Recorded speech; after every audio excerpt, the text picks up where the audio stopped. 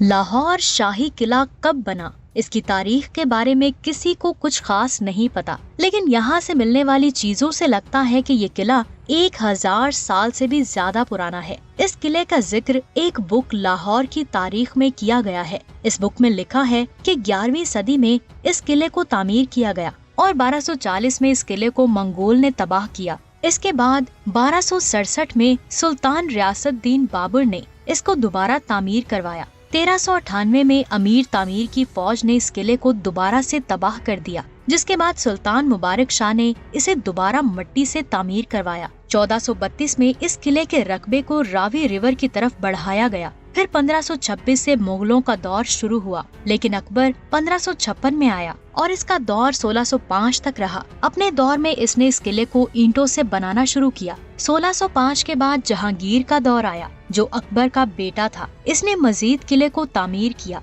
इसका दौर 1605 से 1627 तक रहा। इसके बाद इसके बेटे शाहजहां का दौर शुरू हुआ, जो 1658 तक रहा। शाहजहां ने किले को खूबसूरत बनाने के लिए बहुत दौलत लगाई। शाहजहां के बाद इसके बेटे औरंगजेब का दौर शुरू हुआ, जो 1707 तक रहा। फिर 1799 में यहाँ पर सिखों ने कब्जा कर लिया और वो यहाँ 1849 तक रहे। इन्होंने भी किले में बहुत सारी तब्दीलियाँ की। 1849 से 1858 तक ये किला ब्रिटिश ईस्ट इंडिया के पास रहा और 1858 में ये किला अंग्रेजों के पास चला गया, जो 1947 तक अंग्रेजों के पास ही रहा। उन्होंने अपने हिसाब से इस किले में बहुत सारी चीजों को तब्दील किया और तबाह भी किया। 1947 के बाद आज तक ये किला पाकिस्तान गवर्नमेंट के पास है। अब हम किले के बारे में डिटेल से जानते हैं। हम शाह बुर्ज गेट से इस किले का आगाज करते हैं। इस गेट को शाहजहां ने 1631 में तामीर करवाया था। इस गेट को हाथी पांव गेट भी कहा जाता है, क्योंकि उस जमाने में इस गेट से हाथी गुजरा करते थे। इस गेट के अंदर दाखिल होते ही लेफ्ट साइड पर स्टेयर्स आती हैं। अगर आप इन सीढ़ियों के साइज को देखें तो ये बहुत बड़ी हैं। इनको एलिफेंट स्टेयर्स भी कहा जाता है, क्योंकि शाहजहां एलिफेंट पर बैठकर शाह बुर्ज गेट से अंदर दाखिल होकर इन सीढ़ियों से ऊपर शीश महल की तरफ जाता था। मैप को दोबारा देखें। मैप में राइट साइड पर आपको ये सीढ़ियां नजर आएंगी और यहाँ से ऊपर जाते हुए जब आप इस एंट्रेंस तक पहुँचेंगे तो यहाँ से लेफ्ट साइड पर शीश महल की तरफ रास्ता जाता है। इस दरवाजे से दाखिल होते ही हमें सामने शीश महल नजर आएगा। ये किले की खूबसूरत जगहों में से एक है। शीश महल को भी 1631 में शाहजहां ने मुमताज के लिए बनवाया था, लेकिन सिर्फ शाही खानदान के लोग और करीबी साथी ही यहाँ रहते थे। यहाँ पर एक चश्मा है। ये चश्मा व्हाइट मार्बल से बना हुआ है। चश्मे के सेंटर में ये जगह बादशाह के बैठने की जगह।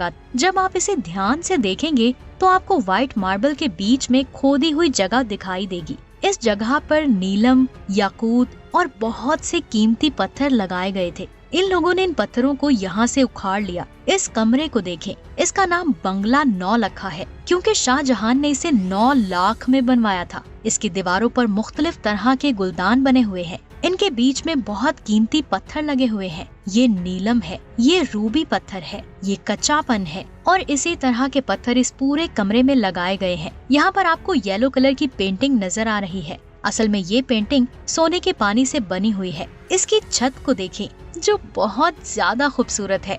ये डिजाइन कश्मीर की बहुत कीमती लकड़ी पर बना हुआ है, जिसमें शीशे भी लगे हुए हैं और साथ इसमें सोने के पानी की पेंटिंग भी की गई है। और सामने वाली बिल्डिंग में बादशाह का रूम, ड्रेसिंग रूम और डाइनिंग रूम है। इसकी लेफ्ट साइड पर बादशाह का रूम है।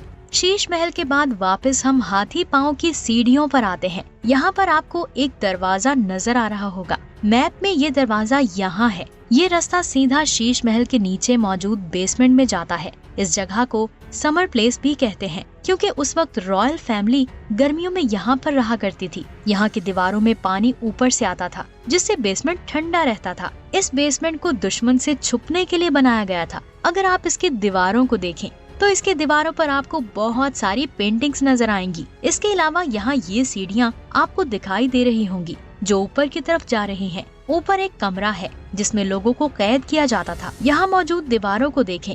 ये पहले जमाने का सीमेंट है। उस वक्त इस सीमेंट को चूना, चने की दाल, माश की दाल, अंडा, जानवरों की हड्डी और घास को मिलाकर बनाया जाता था। 400 साल गुजर जाने के बाद भी आप इसकी मजबूती को देख सकते हैं। यहाँ पर बहुत सारी सुरंगें भी डिस्कवर हुई हैं। इनमें ये एक इमरजेंसी रास्ता है जो नीचे की तरफ जाता है। ये रास्ता किले के बाहर तक जाता है। उस वक्त जब दुश्मन हमला कर देता तो इस रास्ते को इमरजेंसी के तौर पर इस्तेमाल किया जाता था। इसके अलावा ये भी एक रास्ता है जिसको अंग्रेजों ने आकर बनाया था। ये बहुत शॉर्ट रास्ता था। जब अंग्रेज यहाँ से गए तो इस रास्ते को बंद कर दिया गया।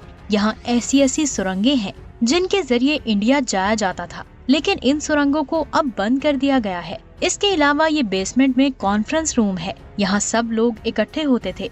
इस बेसमेंट की खास बात ये है कि अगर आप एक कोने में खड़े हैं और आपका साथी दूर किसी दूसरे कोने में खड़ा है तो आप दीवार की तरफ मुंह करके आहिस्ता भी बोलेंगे तो आपकी आवाज आपके साथी को आसानी से सुनाई देगी, लेकिन आपके साथी के अलावा आपकी आवाज कोई नहीं सुन सकेगा। इससे साबित होता है कि उस वक्त के लोग कितने ज्यादा इंटेलिजेंट थे। इसके बाद हम इस एरिया की तरफ चलते हैं। शाहजहां के दौर में यहाँ बहुत खूबसूरत कमरे हुआ करते थे, लेकिन जब यहाँ सिख आए तो खाना जंगी के दौरान यहाँ जगह पूरी तरह से तबाह हो गई और अब उन कमरों के ढांचे ही बचे हैं। इसके साथ ही है मोती मस्जिद। इस मस्जिद को 17वीं सेंचुरी में जहांगीर ने तामीर करवाया था और शाहजहां ने मॉडिफाई करवाया था। इस मस्जिद में हर जगह व्हाइट मार्बल लगा हुआ है। कहा जाता है कि इस मस्जिद में नेक जिन रहते थे। यहाँ पर बहुत सारे कमरे हैं। उस वक्त स्टूडेंट्स इन कमरों में पढ़ा करते थे। शाहजहां की वालिदा ने कहा था कि यहाँ मस्जिद बनाओ, इसलिए शाहजहां ने ये मस्जिद तामीर करवाई थी।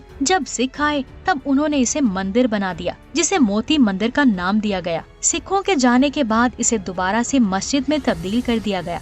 ये है दीवाने खास, जिसे मेहमानों के लिए बनाया गया था। शाही किले में जो भी मेहमान आता उसे दीवाने खास में रखा जाता था। इसमें बहुत सारे कमरे हैं।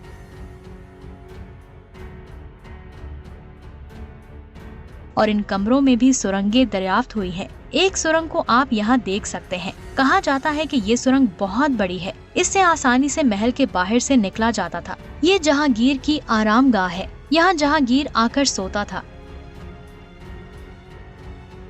ये बिल्डिंग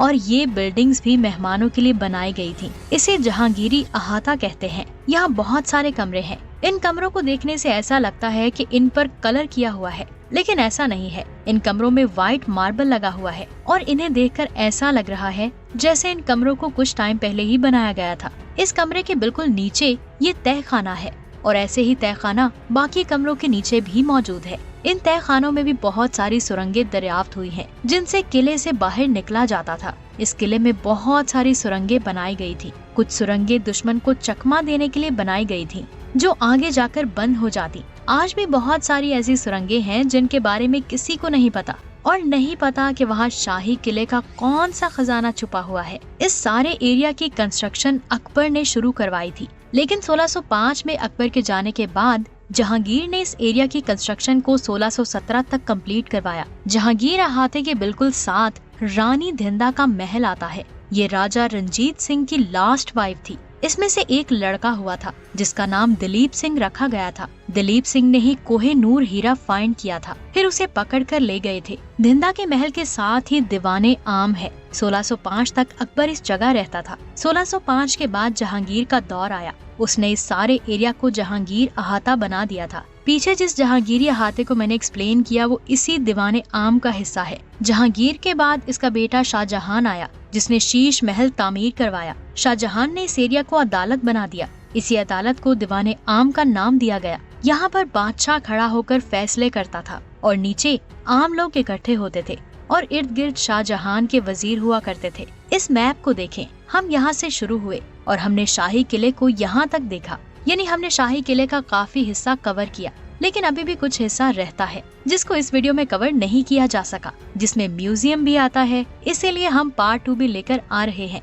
अगर आपको ये पार्ट अच्छा लगा तो इसे लाइक और शेयर जरूर करें। आप जितना ज्यादा लाइक और शेयर करेंगे हम उतनी जल्दी इसका पार्ट 2 लेकर आएंगे, जिसमें अंग्रेजों का दौर और हिंदुओं का दौर एक्सप्लेन किया जाएगा और साथ ही जंगों को भी एक्सप्लेन किया जाएगा, जिसमें बहुत ज्यादा एक्शन है। उस पार्ट को देखने के लिए इसे लाइक और शेयर करें। हमारे चैनल को सब्सक्राइब लाजमी करें। मिलते हैं एक और शानदार वीडियो में। अपना बहुत सारा ख्याल रखें। अल्लाह हाफिज।